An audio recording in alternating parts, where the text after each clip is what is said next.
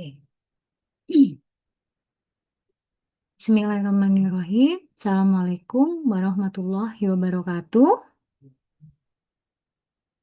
Selamat malam, para mahasiswa UT untuk mata kuliah metodologi penelitian. Ini masuk ke TUEP 2. Eh, jadi di sini kita akan diskusi tentang tugas satu kemarin. Sebenarnya diskusi masuk yang kemarin ya, tapi saya lihat di menu diskusi nggak ada yang memasukkan diskusinya nih. Saya harap sih sudah clear semuanya. Tetapi ada beberapa yang japri saya memang dan sudah saya kasih arahan. Kalau ini saya akan memaparkan tugas 2 sambil mungkin teori-teori yang relevan akan saya bahas sedikit. Karena kalau saya bahas teori PPT sepertinya akan membosankan. Udah malam, ngantukin, ya nggak? Jadi kita akan bahas yang relevan aja dengan tugas 2. Kira-kira Anda butuh untuk dijelaskan lebih lanjut, saya akan jelaskan lebih lanjut. Sebelumnya mohon maaf, suara saya mungkin agak serak. Masih terdengar jelas tapi ya. Jelas, Bu. Oke, terima kasih. Saya akan share screen dulu. Bentar, share screen-nya.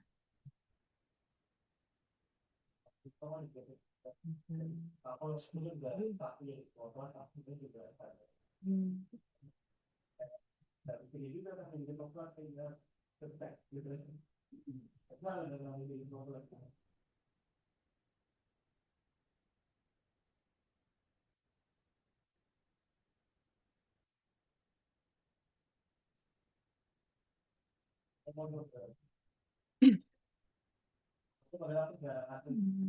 Apakah sudah terlihat share screen saya?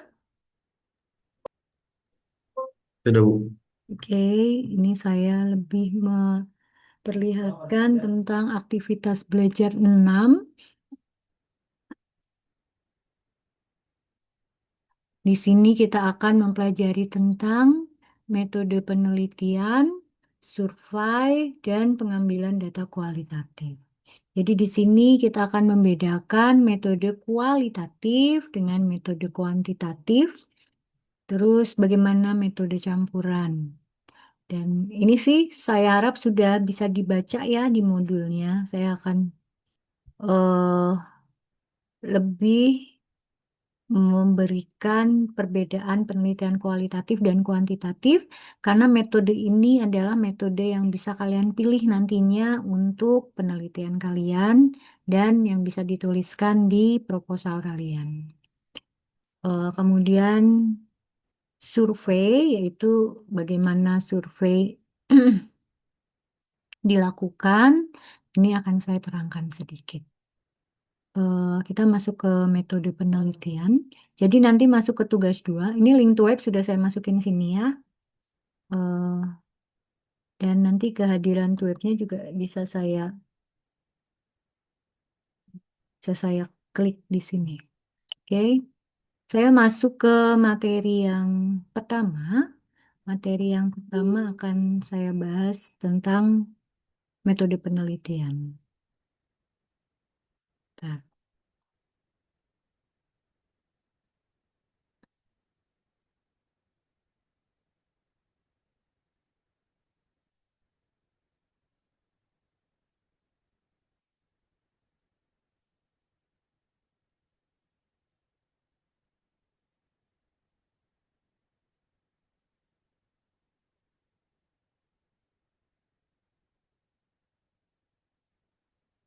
oke, Zaki.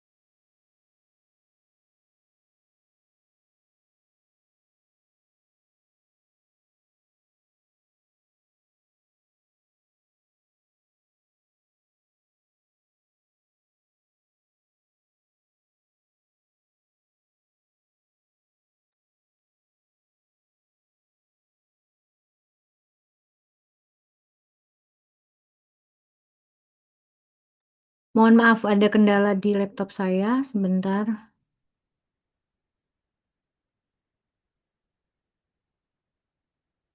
Oke, sudah terlihat ya?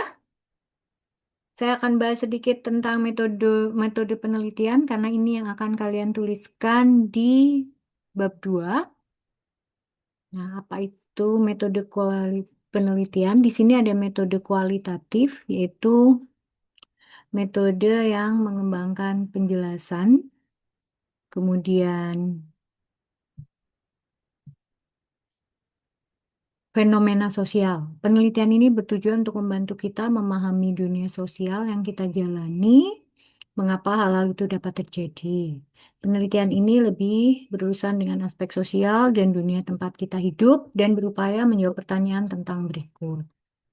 Kemudian metode kualitatif ini biasanya datanya tidak terstruktur karena dia non-numerik. Bisa video, bisa gambar, bisa teks, seperti itu. Data yang diperlukan dalam penelitian kualitatif biasanya berasal dari hasil wawancara, catatan, pengamatan langsung terhadap kelompok tertentu, ataupun dokumen elektronik ataupun non-elektronik. Kemudian metode kualitatif banyak diterapkan pada ilmu sosial dan bidang-bidang terapan lainnya, misalkan kedokteran, pendidikan, perpustakaan, maupun sistem informasi. Metode ini juga diterapkan untuk riset pasar maupun bidang yang berkaitan dengan interaksi manusia dan komputer. Jadi metode penelitian kualitatif secara umum mempunyai tujuan deskriptif. Jadi deskriptif itu menggambarkan atau interpretasi atau verifikasi ataupun evaluasi. Kalau interpretasi itu memungkinkan peneliti mendapatkan pemahaman baru. Tapi kalau verifikasi memungkinkan peneliti menguji validitas dari suatu asumsi. Kalau evaluasi yaitu menyediakan cara yang dapat digunakan untuk mengevaluasi efektivitas penemuan atau inovasi tertentu. Karakteristik metode kualitatif antara lain bisa dijelaskan eh, dia langsung ngumpulin data tuh.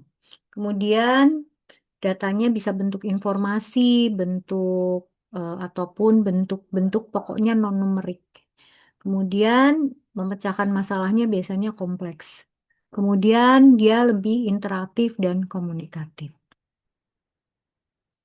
Beberapa hal yang harus diketahui untuk dapat memahami penelitian kualitatif.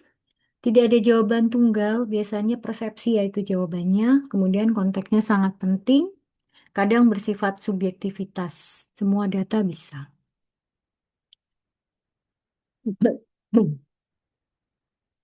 Penelitian kualitatif ini sangat cocok untuk studi kasus, kemudian penelitian tindakan atau action research, kemudian etnografi. Ground theory juga bisa, analisis konten juga bisa. Cara pengumpulan datanya adalah pengamatan langsung atau direct observasi dan survei terbuka. Bisa juga pakai kelompok fokus atau fokus group dan wawancara mendalam.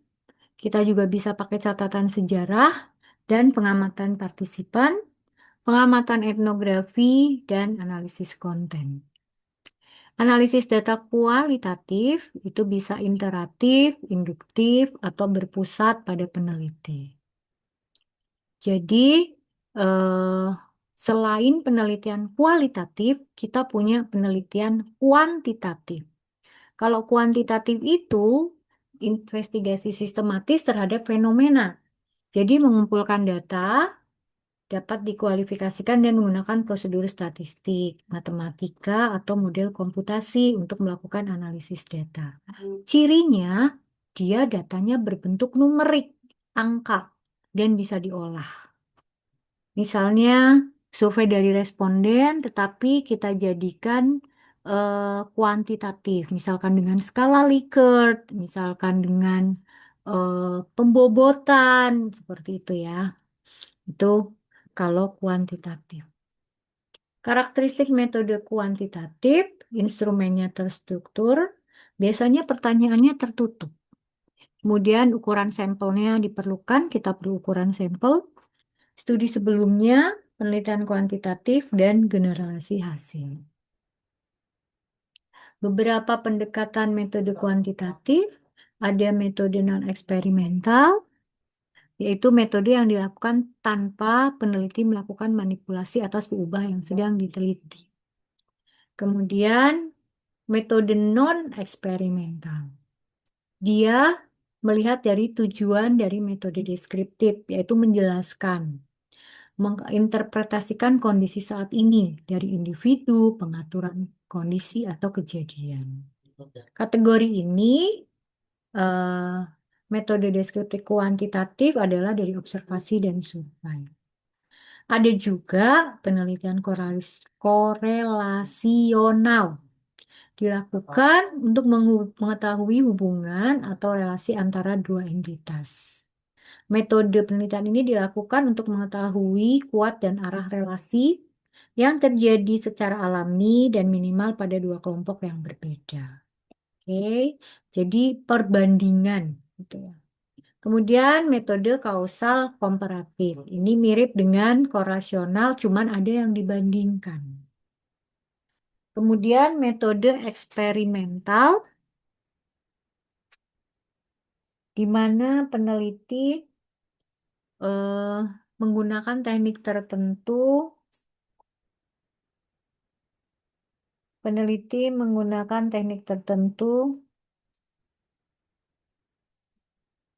eksperimen atau kontrol group. Oke, ini cara pengumpulan data. Cara pengumpulan data ya seperti biasa ya, kita bisa pakai data primer ataupun data sekunder. Yaitu data primer, contohnya kalian turun ke lapangan dan melakukan survei. Ataupun cara yang kedua, kita akan langsung melakukan eksperimen. Kita butuh sampel dan populasi.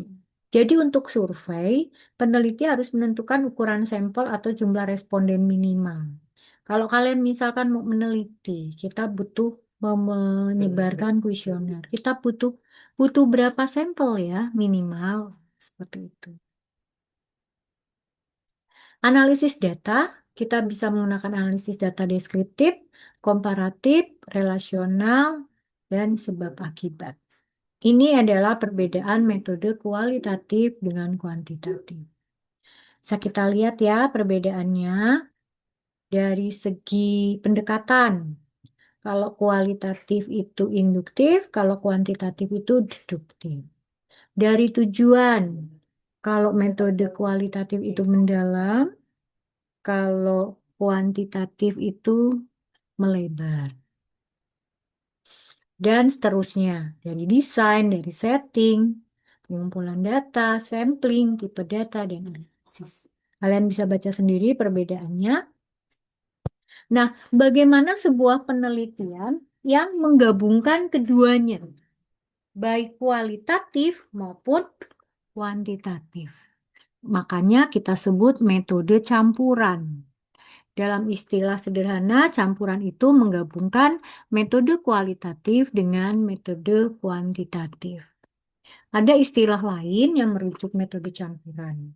Banyak strategi, metode terintegrasi, gitu ya. Jadi kalau campuran, ya pakai kedua-duanya, baik kualitatif maupun kuantitatif. Karakteristiknya apa sih metode campuran itu? Dua-duanya dipakai, kemudian fokus pada hubungan antar beberapa pendekatan, dan penekanan dan pendekatannya praktis atau problem driven atau berdasarkan problematis yang ada. Tipe metode campuran. Wow, berarti berasal. Jadi kita ngambil datanya dua nih, baik yang kualitatif atau kuantitatif, baik gambar, video ataupun berupa angka. Ada situasi penelitian yang membandingkan metode bertentangan. Situasi ini melibatkan penggunaan kual dan kuan secara bersamaan. Jadi ada penelitian yang memang harus kualitatif saja, ada penelitian yang hanya bisa kuantitatif saja. Tetapi ada penelitian yang memang harus menggunakan kedua-duanya, baik kualitatif maupun kuantitatif. Ini contohnya. Pendekatan kualitatif digunakan untuk mempelajari karakteristik mahasiswa yang mengikuti satu mata kuliah tertentu. Misalnya pengalaman mengikuti mata kuliah tersebut, tingkat pemahaman, gitu, cara penyampaian, dan seterusnya. Kalau kuantitatif melihat seluruhan dari mata kuliah dari mata kuliah yang ada. Bisa dari nilai, nilai tugas, nilai UTS, nilai UAS, tingkat kehadiran, dan nilai-nilai yang lain. Pendekatan kuan kedua digunakan untuk melihat fitur di tingkat fakultas atau perguruan tinggi. Oke, kira-kira itu ya. Kenapa kita harus menggunakan campuran? Karena pertama bisa meningkatkan akurasi, gambaran lebih lengkap, dan mengkompensasi kekuatan dan kelemahan. Ini kelebihan dan kekurangannya bisa kalian baca sendiri karena ini nanti eh, menentukan kalian mau pakai kualitatif atau pakai kuantitatif. Nah, dari sini saya mau nanya dulu, ada pertanyaan nggak?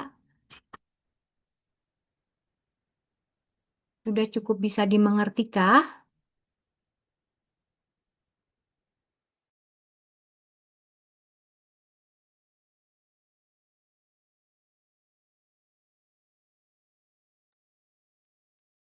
Sudah cukup jelas? Sementara cukup, Bu. Oke, Sejauh ini cukup Bu, masih jelas. terima kasih feedbacknya. Saya akan melanjutkan dengan survei. Mana ya survei?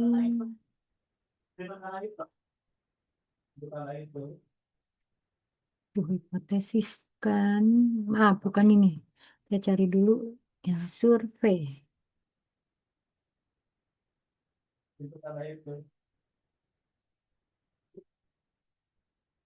Nah, untuk metode kualitatif atau kuantitatif ini kita butuh eh, survei.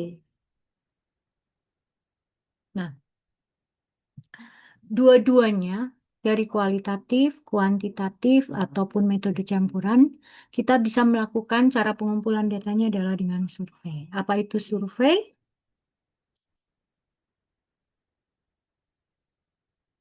Di sini kita akan tahu dulu apa itu pengukuran. Pengukuran adalah kegiatan untuk mengukur sesuatu yang berkaitan dengan dimensi atau sifat atau objek. Sebentar, saya izin.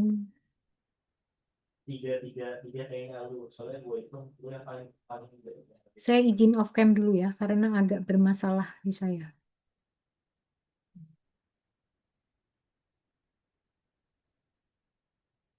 Hmm,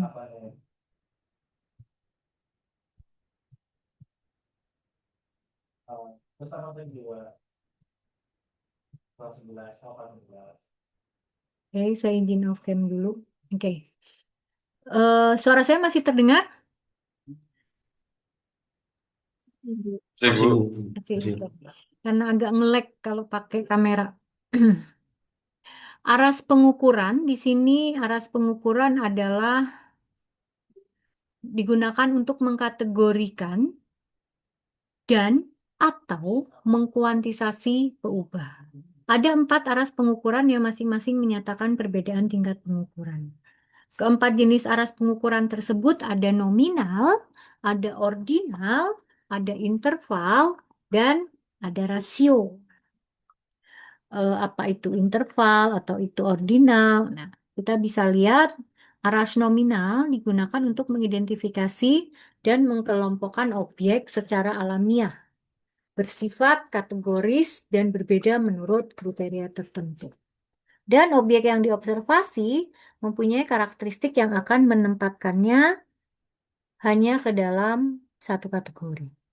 Objek yang diobservasi bisa berupa produk, perusahaan, jenis pekerjaan, bahkan manusia, ataupun yang lainnya. Sebagai contoh, jika dalam suatu survei, responden diminta untuk memilih satu pekerjaan dengan pekerjaan yang tersedia. Misalkan, 1 pegawai, 2 wirausaha, 3 guru, 4 dokter, 5 pengacara. Jadi pertanyaan ini kita buat menjadi berjenjang, nominal. 1, 2, 3, 4, dan 5. Misalkan berapa pendapatan Anda? 1 juta, di atas 2 juta, 3 juta, 4 juta, seperti itu. Itu aras nominal. Ada dua hal yang perlu diingat tentang aras nominal. Pertama, kategorisasinya bersifat mutuali eksklusif atau tidak boleh ada peubah yang masuk ke dalam satu kategori. Kemudian kedua, nilai pada aras nominal hanya sekedar kategorisasi sederhana, bukan menjadi ranking, tidak, ya. Kemudian aras ordinal. Aras ordinal menunjuk pada peubah yang nilainya dapat diurutkan. Sebagai contoh, berat badan bisa kita urutkan menjadi gemuk, kurus. Kemudian ranking 1, 2, 3. Jenjang sekolah, gitu ya. Aras interval, kita bisa menyatakan jarak, ya, jarak tertinggi, terendah, seperti itu. Terjauh, terpendek. Rasio. Rasio ini menyatakan peubah yang selain mempunyai interval yang sama, di antara sepasang nilai juga mempunyai nilai nol absolut. Hal ini berarti bahwa peubah dengan aras rasio mempunyai kemungkinan bersifat nol. Contoh nih, seseorang membeli bakso sebanyak 5 mangkok. Bisa dikatakan dia membeli bakso 2 mangkok lebih banyak dibanding seorang yang membeli 3 mangkok. Itu aras interval. Skala. Skala adalah cabang pengukuran yang melibatkan konstruksi instrumen yang mengaitkan konstruksi kualitatif dengan unit metrik kuantitatif yang bersesuaian. Oke, skala. Tahulah ya skala. Nah, ini yang saya bilang. Ada skala Likert. Skala yang kita gunakan dalam menggunakan kuesioner. Misalkan, sangat setuju, tidak setuju, sangat tidak setuju, setuju, sangat setuju, netral. Nah, ini kita kasih skala Likert. Kalau sangat tidak setuju, skala Likertnya 0. Sangat setuju 1, netral 3. Oh, netral 3. Kemudian sangat setuju itu 4. Nah, gitu. Jadi ini yang kita nyatakan yang nanti kita hitung. Kemudian ada juga skala Goodman, juga dibilang skala kumulatif. Tujuannya adalah untuk membangun kontinum satu dimensi dan konsep yang ingin diukur. Jadi pada dasarnya sekumpulan pernyataan atau pertanyaan. Sehingga ketika responden setuju dengan pertanyaan tertentu, dalam sekumpulan pernyataan tersebut akan setuju dengan pertanyaan yang lain. Ada juga coding atau kodifikasi. Kita bikin codingnya. Ada juga kuesioner, bentuk pertama dari survei. Kemudian mengembangkan kuesioner survei. Kemudian ada beberapa tipe kuesioner, terstruktur dan tidak terstruktur. Nih, apakah Anda setuju dengan hukuman mati untuk pengedar narkoba? Iya dan tidak. Ini jawabannya hanya dia dan tidak. Pertanyaan yang berdasarkan aras pengukuran dapat disusun berdasarkan pengukuran. Ini contohnya. Oke, dalam skala iya dan tidak, kita bisa ubah menjadi seperti ini. Apakah Anda pernah belanja secara daring? Iya, tidak. Jika iya, apa jenis pembayaran yang sering Anda lakukan? Kartu kredit, dompet elektronik, transfer lewat internet banking, cash, atau COD? Nah, ini namanya pertanyaan saringan. Sekarang isi kuesioner. Apakah pertanyaan tertentu memang diperlukan? Apakah diperlukan beberapa pertanyaan? Apakah responden mempunyai informasi? Dan beberapa pertanyaan ini kira-kira mana sih yang kita bisa taruh di kuesioner? Seperti itu. Intinya seperti itu. Jadi pertanyaan kuesioner itu berapa banyak? Ya seberapa butuhnya saja yang kalian butuhkan dari data masing-masing responden. Tidak harus sampai G. Lebih dari itu. Oke, jadi inilah salah satu pengumpulan data yang harus kita lakukan yaitu dengan survei. Sampai sini. Ada pertanyaan? Saya sengaja nggak baca per detail gitu ya. Saya takut saya baca terus habis itu kamu tidur. Karena sudah malam. Jadi yang lainnya nanti dipelajari lebih ini. Jadi di bab 2 ini apa yang akan kalian tulis tugasnya? Kita coba cek dulu ya. Apa yang akan kalian tulis? Kita akan sesuaikan kebutuhan. Oke. Kita ke bab 2, sorry, tugas 2. Tugas dua tuh ada di sini ya. Nggak terasa ya udah sampai aktivitas belajar 7. Nah, Ya, Bu. bab 2 itu ada kajian pustaka dan landasan teori, pertanyaan penelitian dan hipotesis. Oh, saya terlalu cepat nih, harusnya bab 3 ya. Oh, sorry, kajian pustaka, landasan teori, pertanyaan penelitian dan hipotesis. Oke. Apa itu kajian pustaka? Kajian pustaka adalah beberapa penelitian sebelumnya. Misalkan nih, kalian mau neliti tentang eh, stunting. Jadi kalian akan cari referensi atau artikel-artikel eh, di tentang stunting. Yang kemarin saya ajarin. Sudah ya, kemarin saya ajarin ya.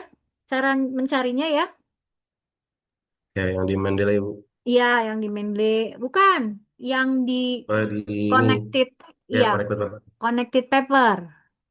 Nah, itu salah satunya. Kemudian landasan teori. Landasan teori adalah semua teori yang akan digunakan di penelitian kalian.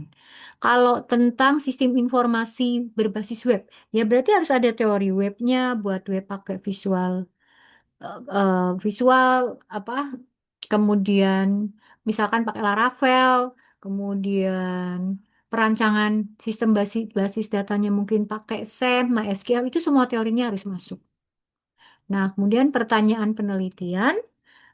Itu yang kemarin ini disebutkan bahwa pertanyaan penelitian merujuk pada permasalahan yang Anda dapatkan di lapangan. Kemudian hipotesis. Hipotesis ini adalah dugaan. Kemungkinan dugaannya kenapa? Mungkin akan saya bahas sedikit tentang ini. Apa itu hipotesis? Sepertinya tadi sudah saya download juga. Jadi untuk menambah ini. Nanti saya coba liatin eh, penelitian punya rekan kalian terdahulu mungkin ya. Stop share dulu. Hipotesis saya, hmm, ya, apa itu hipotesis? Dugaan, kemungkinan, ya, prediksi lah bahasa kerennya ya. Nah, hipotesis adalah dugaan cerdas yang masuk akal tentang cara menyelesaikan masalah penelitian. Hipotesa yang bersifat priori menjadi bagian penting untuk sebagian besar penelitian. Ada hal yang berpendapat bahwa hipotesis bisa langsung dibuat dari pertanyaan penelitian. Hipotesis ada dua, hipotesis deskriptif, sorry ada tiga. Hipotesis deskriptif, hipotesis komparatif, dan hipotesis relasional. Deskriptif ya gambaran lah, komparatif perbandingan, relasional ya hubungan antar satu sama lain. Dan ada satu lagi, hipotesis sebab akibat atau prediksi. Ya, antar sebab akibat. Apa karakteristik hipotesis? Hipotesis itu harus jelas dan tepat, harus bisa diuji, harus menyatakan hubungan antara peubah, dibatasi ruang lingkup, dan harus spesifik. Hipotesis harus dinyatakan menggunakan istilah sederhana, harus konsisten, menyesuaikan waktu pengujian, dan menjelaskan fakta yang memunculkan kebutuhan. Salah identifikasi peubah. Peubah itu adalah variabel ya. Jadi salah satu karakteristik hipotesis adalah bisa diuji. Jadi kalau kita punya peubah, kita bisa mengidentifikasi peubah tersebut. Kemudian, apa pengembangan dari hipotesis? Membangun hipotesis merupakan langkah untuk menyusun hipotesis yang baik, memenuhi sejumlah kriteria. Ini langkah penting nih karena hmm, hmm, wajib kita tahu dugaan dari permasalahan yang ada, dugaannya itu kenapa? Ada dua pertanyaan tentang kualitas hipotesis. Yang pertama adalah hipotesis dapat diuji dan apakah hipotesis dapat disalahkan? Maaf.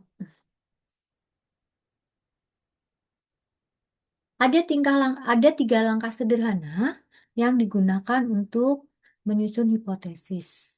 Yang pertama, nyatakan masalah yang Anda coba selesaikan. Kemudian, pastikan bahwa hipotesis dengan jelas mendefinisikan topik dan pengambilan data yang akan dilakukan kemudian. Kemudian, hipotesis sebab akibat, yaitu mempunyai bentuk umum sebagai jika dan maka. Kemudian, tentukan peubahnya. Apa yang harus diperhatikan kalau kita menyusun hipotesis? Yang pertama, hipotesis yang baik tidak dinyatakan dalam pertanyaan atau kalimat tanya, tetapi pernyataan atau kalimat berita. Kemudian, hipotesis yang baik menunjukkan hubungan antar peubah yang diharapkan.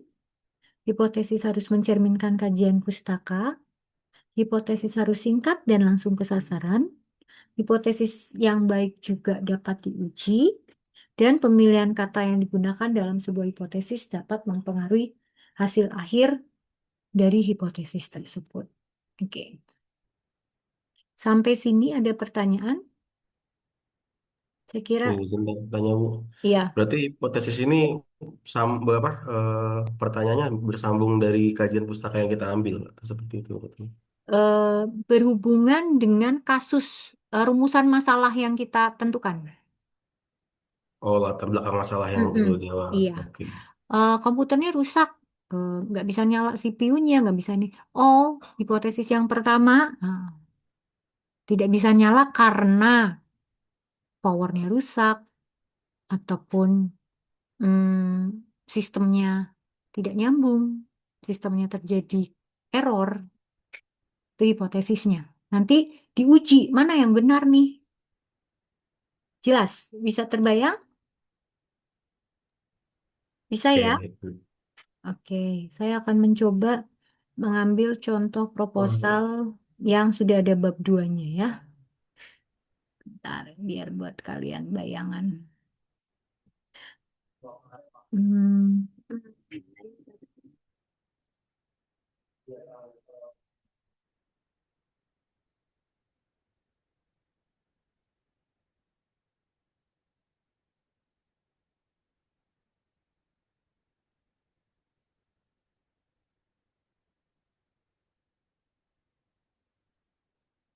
Bentar ya, ini lagi saya cari dulu. Proposal yang tahun 25. Ada tugas tiga.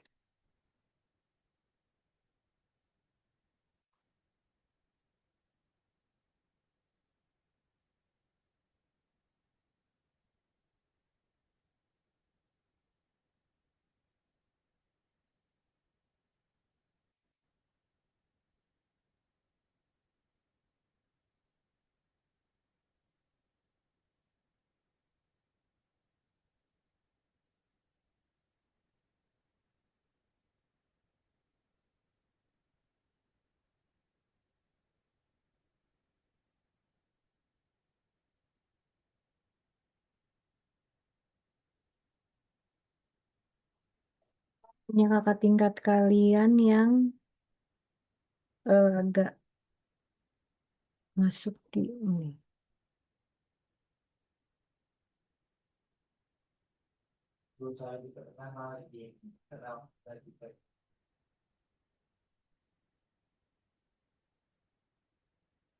Mana ya? Sebentar.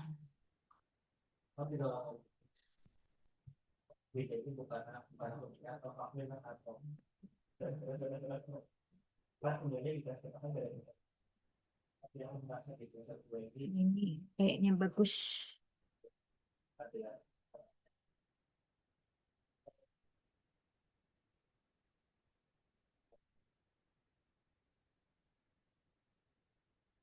Oke, saya izin share screen. Hmm, nih.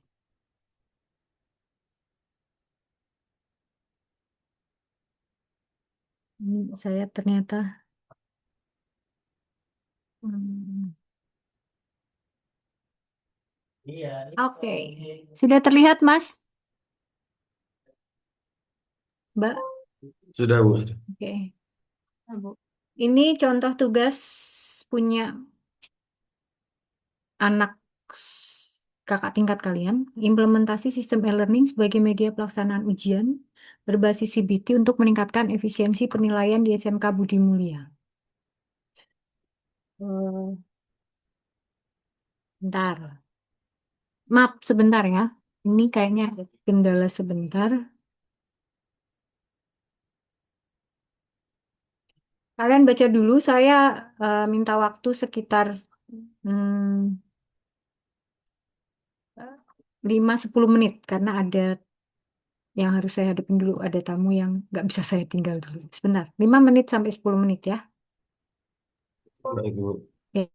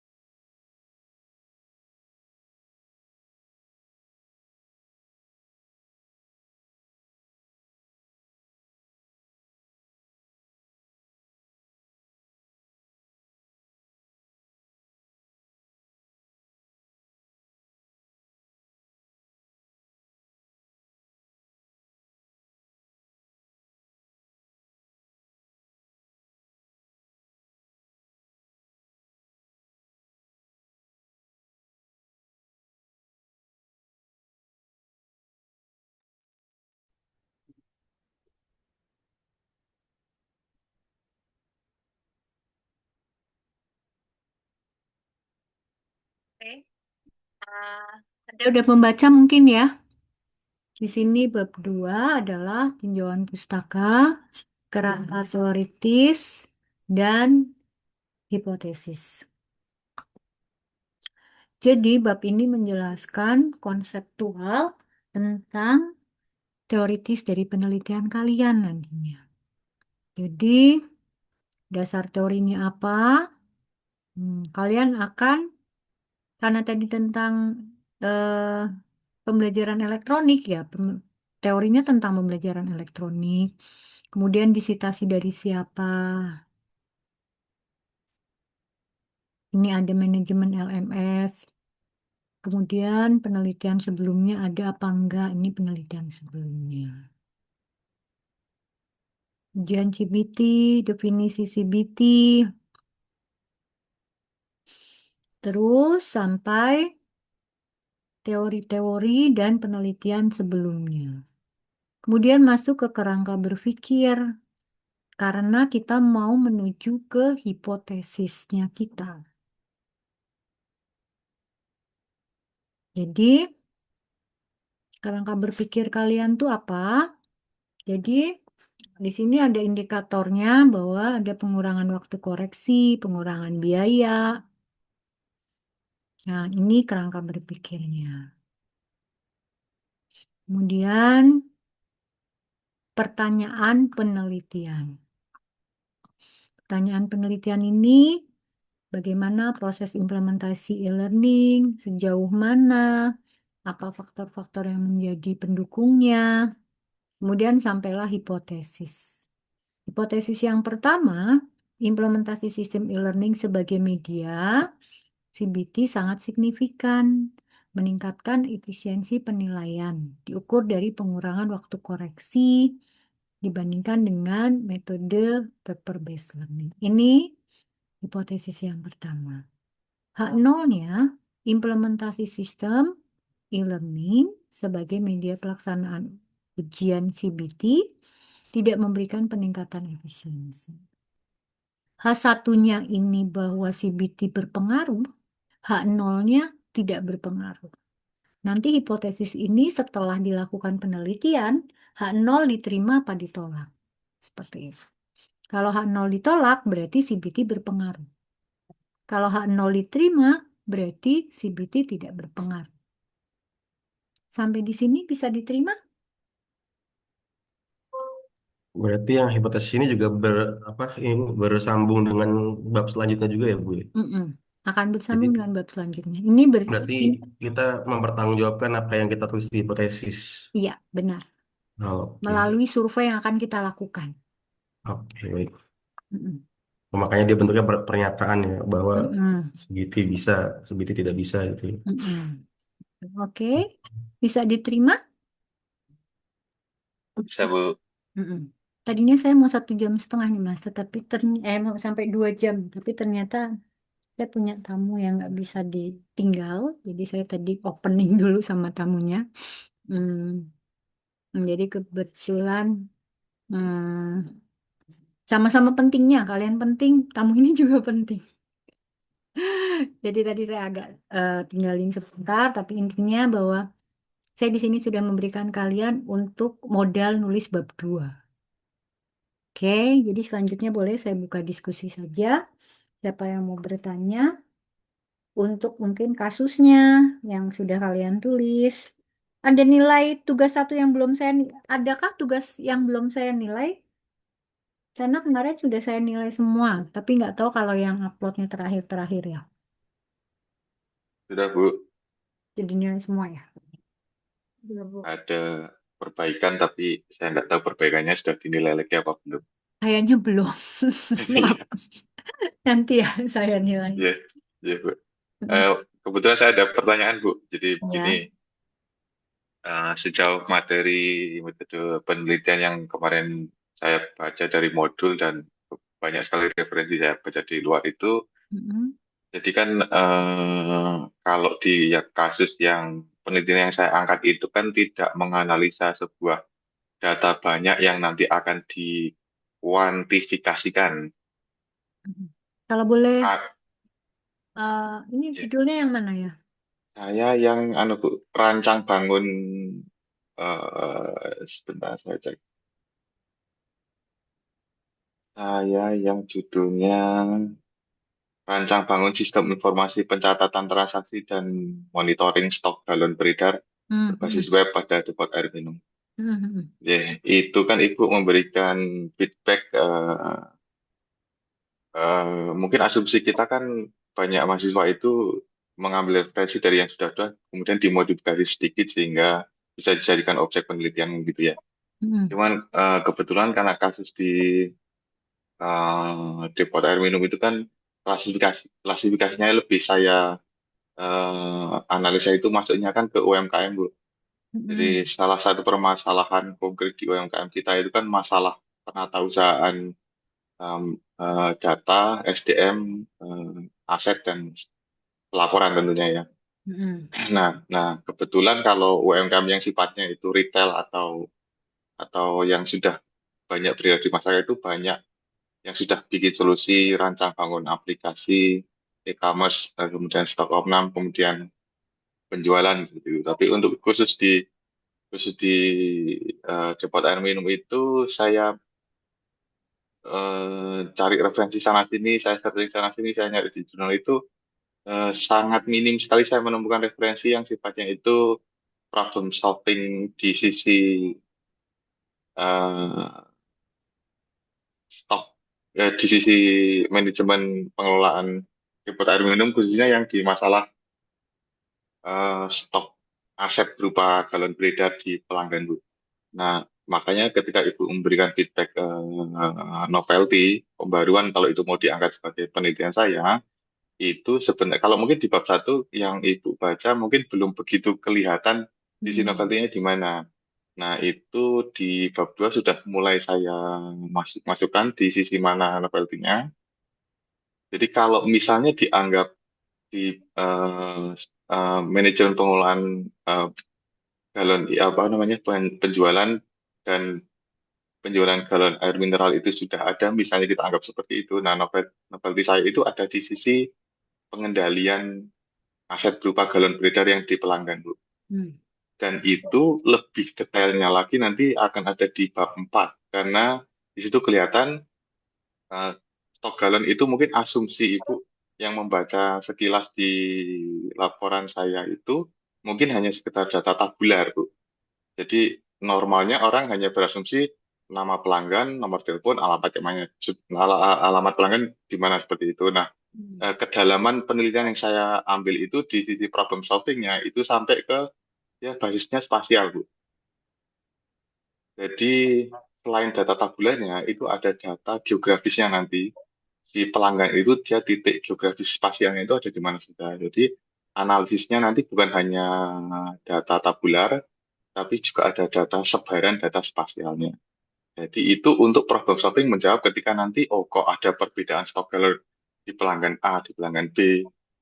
Kemudian si owner itu tidak tahu karena yang paham eh, itu mungkin sales lapangannya. Nah, dari sisi owner itu bisa melakukan analisis dari sisi spasial itu di mana saja titik lokasi pelanggan itu. Sehingga kalau dia mau melacak atau memberikan perintah ke bawahannya itu bisa dengan basisnya spasial itu. Nah, maksud saya seperti itu. Nah, dari sisi materi yang saya sampaikan itu, eh, kalau saya sih lebih condong sepertinya analisa saya di penelitian yang sifatnya kualitatif, Bu. Gitu. Nah, kalau maksud saya kalau rancang bangun yang saya buat itu apakah sudah sesuai kalau penelitiannya itu sifatnya kualitatif, kira-kira seperti itu, Bu. oke. Kalau dari cerita Anda, keduanya ya, campuran ya, kuali dan kuanti. Karena kan ada data spasialnya tadi ya. Ada data yang berupa numerik juga kan. Ada berapa galon yang sudah disebar, yang sedang terdistribusi gitu kan. Kemudian kondisi baik, kondisi jelek, seperti itu bukan ya? Eh, sebagai data dasarnya ada Bu, karena kan Hmm. pasti di data manualnya kan saya ada Excel-nya, data pelanggan itu. Mm-mm. Nah, itu nanti yang akan saya, itu semi digital, tapi nanti akan saya pindah ke full digital, Iya, tapi eh, yang berarti ada berbasis web. numeriknya ya. Ada. Nah, berarti kuali dan kuanti pakainya, campuran. Jadi kompleks nanti Bu. Enggak sih, cuman karena tadi ada kualitatif dari pelanggan tadi kan. Ya, Mm-mm.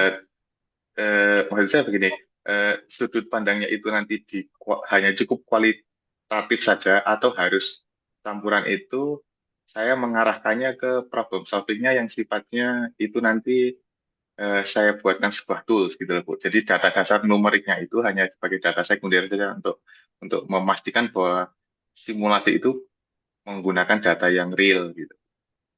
Nggak apa-apa, coba Apa? aja pakai kuali dulu. Nah, gitu aja. Mm-mm.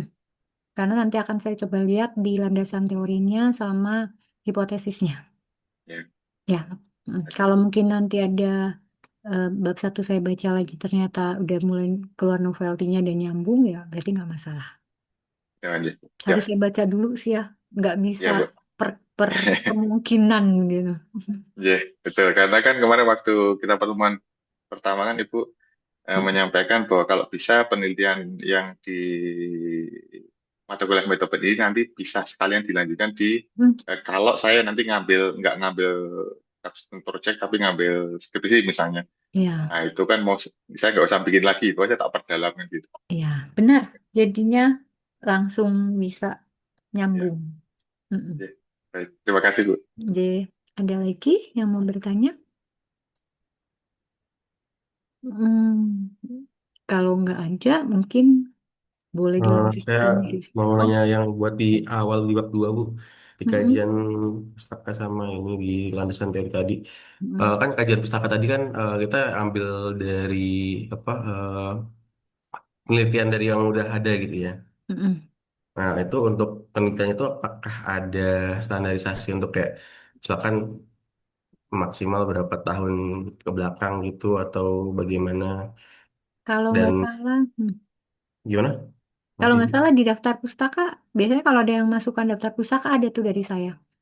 Minimal lima ya belas artikel, kemudian boleh dari blog, boleh dari web, tapi nggak boleh dari blog, kemudian minimal 5 tahun ke belakang.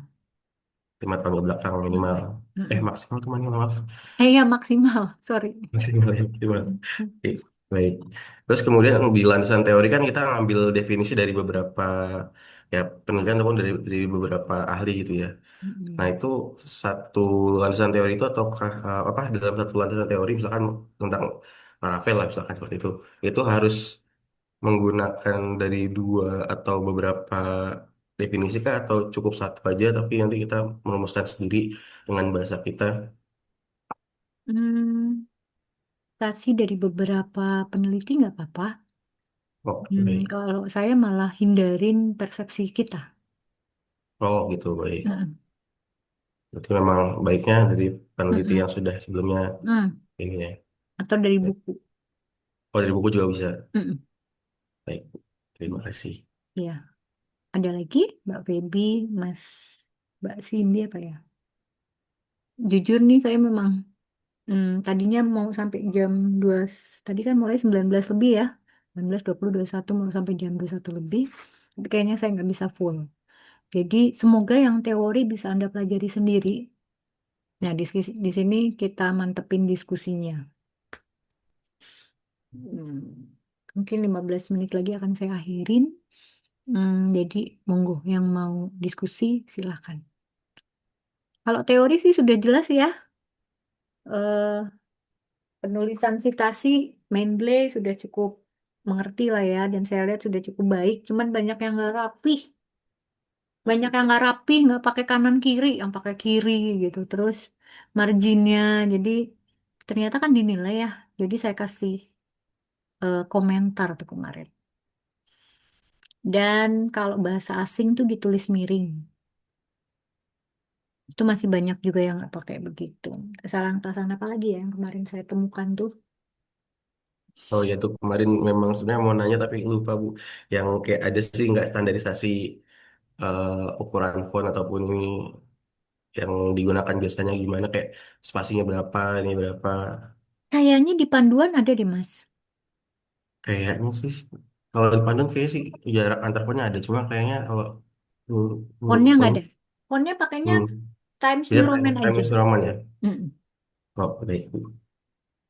Oh, ada yang belum dinilai ya? Nanti ya, saya memang belum menilai, jadi qadarullah di kampus saya kemarin baru selesai akreditasi, kemudian baru selesai wisuda. Ini saya udah dapat akreditasi lagi untuk prodi lain. Eh, jadi saya mengambil waktu untuk menilai itu biasanya malam hari atau pagi hari. Gitu ya. Jadi insya Allah nih, kalau nggak pas hari Sabtu Minggu, saya Jumat Sabtu Minggu itu saya fokuskan untuk menilai. Jadi kebetulan selain dosen, saya juga sebagai wakil dekan di kampus saya di Kota Tegal. Jadi mohon maaf kalau nilainya itu belum dinilai, kamu boleh ingetin saya di grup ya. Misalkan kamu baru baru unggah nih, Bu, saya sudah revisi. Jadi saya nanti langsung buka di sela-sela pagi atau malam hari saya akan langsung menilai. Saya kadang saya buka, oh belum ada. Saya lagi buka, belum ada. Dilalah saya nggak buka, kok kalian masuk tugasnya? Seperti itu. Jadi kalau udah revisi atau udah apa, tolong ingatin saya. Bu, saya sudah revisi gitu. Nggak apa-apa, saya diingetin seperti itu nggak apa-apa. Daripada saya buka zong, giliran nggak saya buka, ternyata masuk gitu kan. Jadi nggak apa-apa. Setelah kalian mengunggah perbaikan, kalian WA saya. Bu, mohon izin dinilai, saya sudah mengunggah perbaikan. Gitu ya, kita saling mengingatkan. Oke, ada lagi yang mau didiskusikan? Kalau tidak ada, boleh saya closing tidak? Ikhlas nggak kalau kayak closing duluan sebelum 2 jam? Nah, Bu, sementara sih sudah cukup.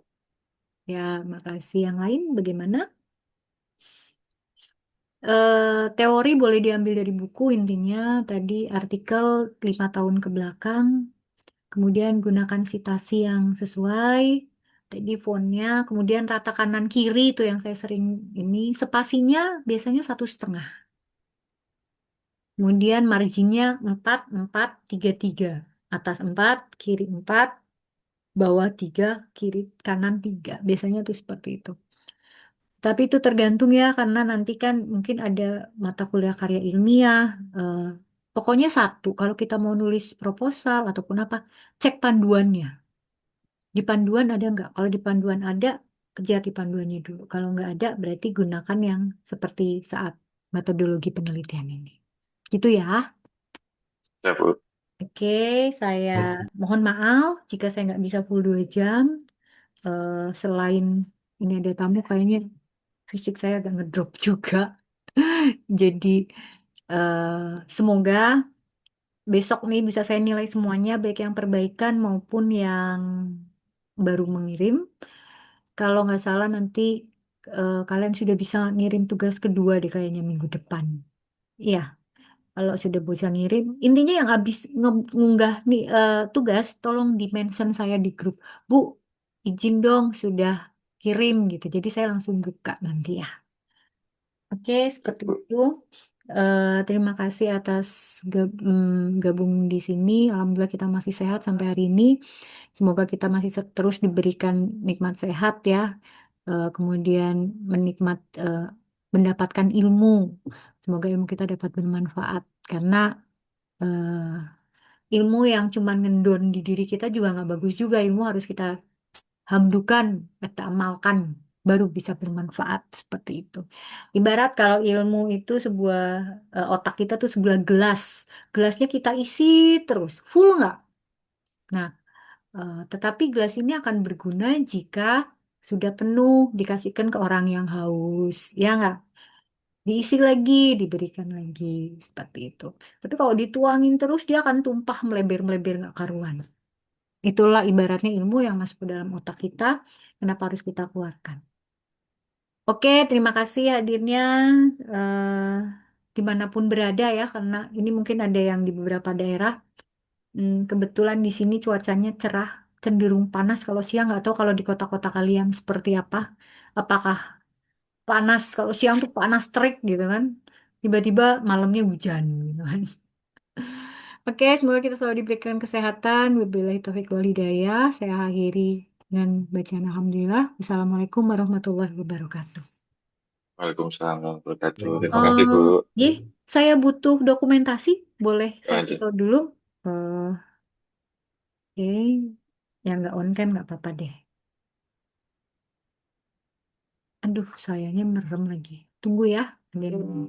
Oke, saya ambil foto ya. Satu, dua, tiga.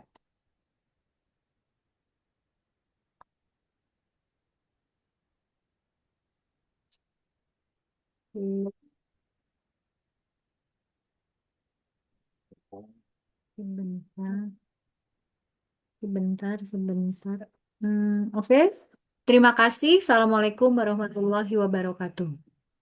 Waalaikumsalam warahmatullahi Waalaikumsalam. wabarakatuh. Terima kasih, Bu. Ya, Bu. sama-sama. Sehat selalu semuanya.